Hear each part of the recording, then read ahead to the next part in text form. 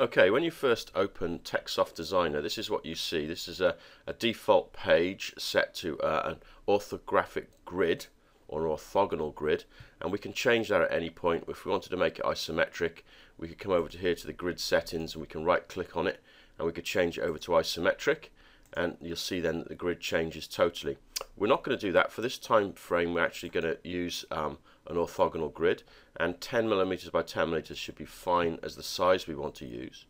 But we need to make sure that we're working with an A3 page first of all. So the first thing to do is to go into Setup, go to Drawing, and go to the layout, and check that it's set for A3 size. So mine is at the moment set for A3 and it's on landscape, but if yours is not, you just use the drop down here to change it to what you want. But that's exactly what we want to work with at the moment. You'll notice that there are basically three different sets of menus.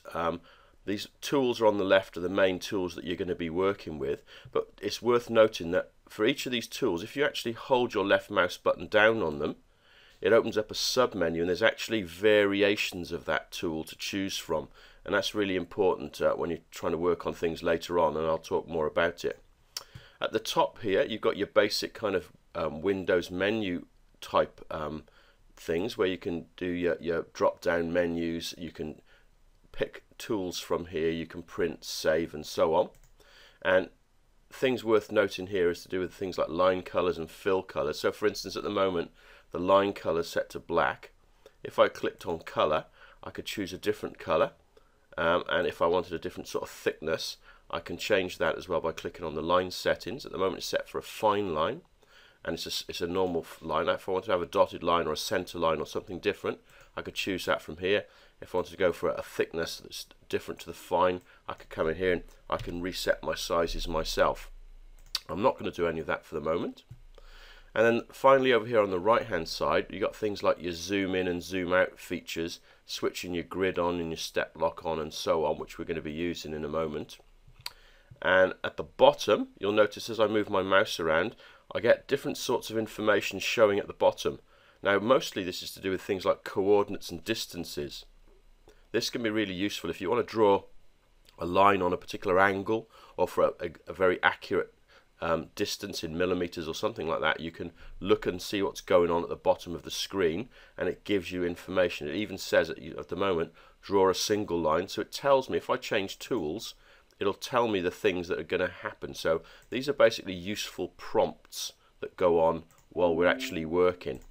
Okay, I'm just going to open up another document first of all, just to show you the kind of thing we're trying to do. So if I go into File, usually the things you've been working on lately will show up underneath that listing, or I can go to File, Open, and I'm going to maximize this one. So this is an example of a 2D net, okay, a surface development as they're sometimes called, and you can see on here that this is made up of a variation of things. So I've got rectangles on, and those rectangles have been filled with background textures or gradient fills.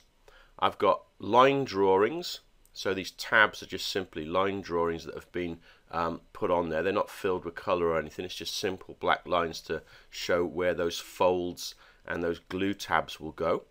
I've got dimension lines, and I've put those in a different color, so these tell me exactly how big each of these sizes are, and I can add as many of those as I wish. I've got text on here that's been added. I've got images that have been added, so these barcodes, these things to do with recycling and so on, these have all been added in afterwards. And I've got various types of changes of font. So if I click on any of these things, I can basically select them. So for instance, that word Miley, if I wanted to go in and I wanted to edit that word Miley, I can click on it. You see it gets the box around it now. So the box works as normal. If I want to drag, I can drag from the middle, I can resize from the edges, I can rotate from the circular one, and I can copy or duplicate by clicking on this one here. If I just simply want to edit what I'm doing, I click on the property of it. There's the word Miley. So if I wanted it to say something different, I could just type in here and make that into a different word. So we'll do that just so you can see what it looks like. And if I go into the settings of it, I can change if I wanted to decide that my font was a different font or a different color font. If I wanted to make it bold rather than regular, I can just change all these things on here the same as I would do on a normal Word file. I have got the feature of adding shadows to text and things, which I haven't done at the moment, and there are things to do with alignment and height and size I can change. I'm going to leave most of those the same. I'm just going to click OK. Click OK again. That's changed. You can see now it's too big for my actual box, so I could grab that corner, hold shift and drag and just resize it. And when I click off it away, then that's re-changed my text. Now I'm going to show you now how to build up some of these shapes from the starting point, but I think it was useful to see what you can do with it as an end result. So what you're aiming to do is to create some type of surface development that fits on an A3 page. You need to add your own textures and colors and text and images to it. You need to add your glue tabs, your fold tabs, and you need to then dimension it enough so that a user looking at it knows pretty much how big all the different sides and quadrants are. So I'm going to go back to the original open one that I had. So I'm going to go back to here and I'm going to choose my untitled one, maximize that one. So here's my A3 grid that I started with. You'll notice I've got grid lock switched on and I've got an orthogonal grid switched on. That means now if I choose something like a simple line tool, I can only lock to those points. I can't go in between them. So if I could click on the first one and I drag to a position anywhere on the screen, you can see it locks to these points. This is called rubber banding, and if I click a second time, it draws that line for me. And if you'll notice at the bottom when I do the same thing, it resets my value to 0, and then my distance moves out. So at the moment I'm on 110 millimeters. That will be the length of my line. So I can work things out that way if I choose to. And again, I click when I'm happy. If I do something I don't want, I've got various options for deleting. If I go for delete any, it basically will delete anything that I click on. And sometimes you might find after you've deleted things, it leaves the picture looking a little bit strange because it hasn't kind of drawn back in again. So all you do is come up to this one here, which is redraw. It looks a bit like a windscreen wiper on a car. Click on that one and it will refresh the drawing for you. Most of the time it's probably not straight lines that you're going to want to draw, it's going to be shapes. And you want to be able to fill those shapes afterwards with either colour, gradient fills, textures or something else. So there's various options for that. Depending upon the shapes that you want to use, you probably want to come up here and have a look and see what's available to you. So this one here draws a closed polyline. Basically anything you want to fill needs to be something that's a joined up shape. So if I chose that one, it allows me to click into various positions and I can draw whatever kind of shape, regular or irregular, and when I close to the end and right click, it turns that into a solid shape for me. That solid shape then can be selected. Once it's selected, I can do things to it. So if I wanted to fill it just simply with a colour, I can click on the fill. I'll pick a solid colour.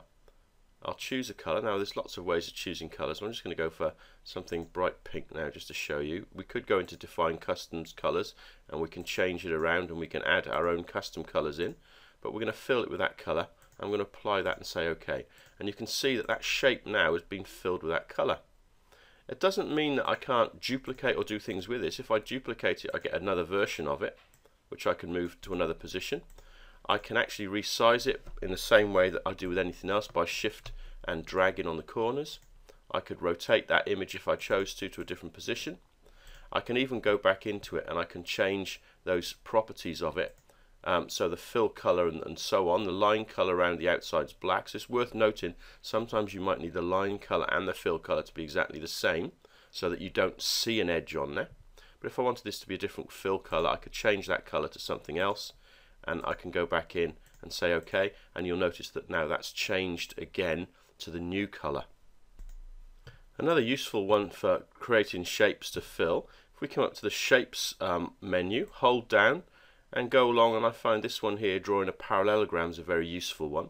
That means that I can now draw something that's sort of rectangular, but I can do it on angles. So for instance, if I draw the first corner and then the last corner on the top, if I drag down now, I've got the option of creating an angled parallelogram. So if I wanted an angled net, I could click here. There's my shape. In exactly the same way, I can go back to my select tool. I can choose that shape later on and I can fill it. Now, we only looked at filling with a solid color just now, but you can actually do other things. gradations are different gradients, and there's lots of settings on here. So for instance, at the moment it's set for a linear. We can change the way that those gradients look, and we can change them in lots of subtle ways. If we want to actually change the colors themselves, we can come down to where the color indicator is, and I could change the color on here. And again, I can go into custom colors. I can go in and I can change and add colors if I wanted to as well. So if I add a color, it puts an extra one in for me somewhere, and I can move these on the slider and they show me what that gradient fill will look like. Now I've picked very quickly, you're going to do a radial fill with these colors. I'm just going to apply that and say OK. If I click off it, you can see that there's the gradient fill into that shape. I'm going to just duplicate that shape, get a second copy of it, and this time I'm going to change that now, and I'm going to put something called a texture fill in. So I'm going to click on my fill again. This time I'm going to go for a texture. Now within texture, patterns are similar, textures are probably better. There's a whole load of textures. You can load them. These come with the program. So if I went into the one called atmosphere, I've got a whole bunch of different ones in there.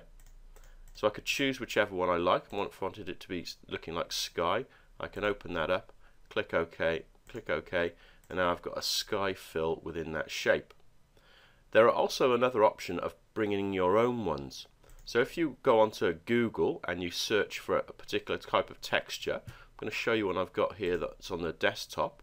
So I'm going to load a new texture. Instead of looking in the area where Techsoft saves its work, which is basically, if I go up and show you, inside 2D design, which is inside Techsoft tools, you'll find those inside something called program files, and all of that's on your C drive.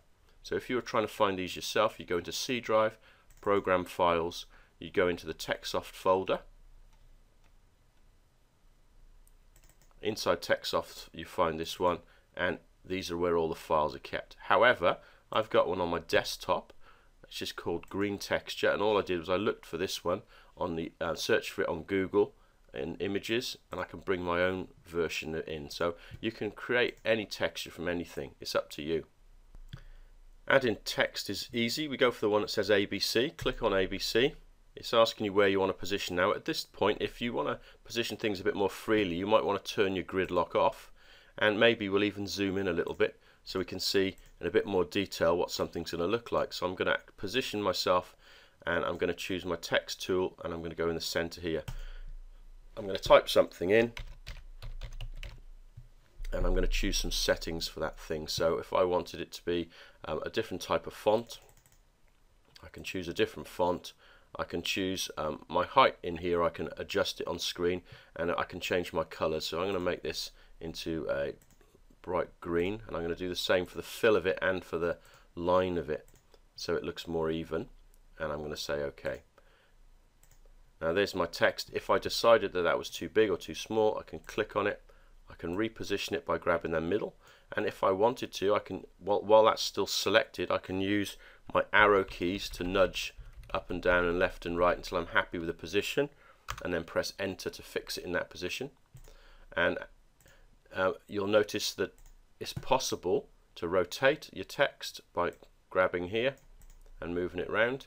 The other thing worth noting is that objects have stacking orders, so if I couldn't see this text, I needed to check that it's actually in front, not behind that shape. And the way to do that is by going to, once we've got it selected, is going to edit and looking at under arrange, and we've got these options here of putting it to the back or putting it back further. The ones that are highlighted are already in action, so I can't bring it to the front because it's already in the front. But if I was hiding that, I could actually put it behind the shape. Sometimes you might want to do things like that. Okay, I might find that I want to add images to my diagrams.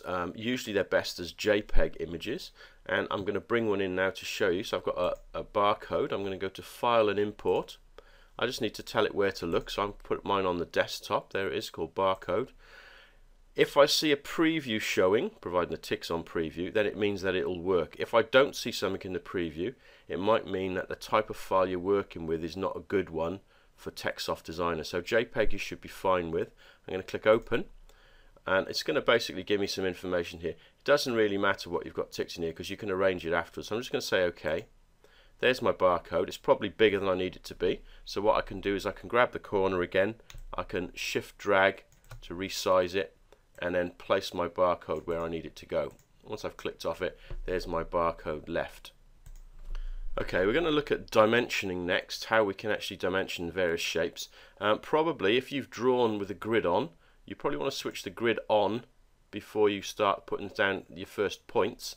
I'm going to go to this one over here. Again, if I hold down, I get lots of options for different ways of doing dimensions. I'm going to stick with the first one. But before I actually do any dimensions, I'm going to right click on this dimensioning tool, and I'm going to change my line color. So I don't want my line color to be black, I'm going to get it to be red. And I'm going to click OK. I could change other things about there, but I'm going to leave them all for the same for now and click OK. So there's my first corner. I'm going to click on my first corner. I'm going to go to my second corner, click on there, and if I float now above, you can see the next time I click the mouse, it's going to fix that line where I want it to go. So I don't want it to actually be fixed to one of these points. So while I'm in the middle of this, I'm going to switch grid lock off again, so I've got some flexibility of where it goes. You'll notice that I can either put it in the middle, I can put it underneath, or I can even put it to the side, and it will basically, wherever my mouse pointer is, that's where it'll write the number. So I'm going to go in the middle about here. That looks nice to me, and I'm going to click, and that will dimension that line for me. If I didn't want to dimension a parallel line, so for instance, if I just want to show the height of this, I don't want to show from this corner to this corner as a parallel. I'll show you what that means. At the moment, if I click here and I click here and drag out, I get a line which shows me the parallel distance. That's not what I necessarily want, so I'm going to press escape to get out of that, and I'm going to change my dimension type line just to a vertical one. So I want to show the vertical height, so I'll choose the vertical position. Again, I click the same two corners, but now when I drag out, it gives me the vertical height, which could be more useful for the person who's going to be making this. Again, I'm going to switch my grid lock off in between so I can position it exactly where I want to, and I'll click to put that number in and lock it all in place. That's the basics of dimensioning. If I just show you the original picture again. So these are the major dimensions, the things that people would need to know. So the size of the tab here is 10 mil. I didn't necessarily show the angles because I didn't need to. It's possible you could show the angles here, but we need to know pretty much how much this will be so that it can fit on the page. I'm assuming that if I'm saying this one is 20, then this one is assumed to be 20 as well, and so on. I don't want to over dimension my work, but I need to put enough on there to show the person creating it how big they need to have a sheet of card or whatever to print out on the first place. So I think that's pretty much all you need to know. Obviously, saving's the same as you would do with a normal drawing or normal file of some sort. You go to File and you choose Save As, find somewhere safe for it to go and give it a sensible name. That's pretty much all you have to do to create your file using Techsoft Designer.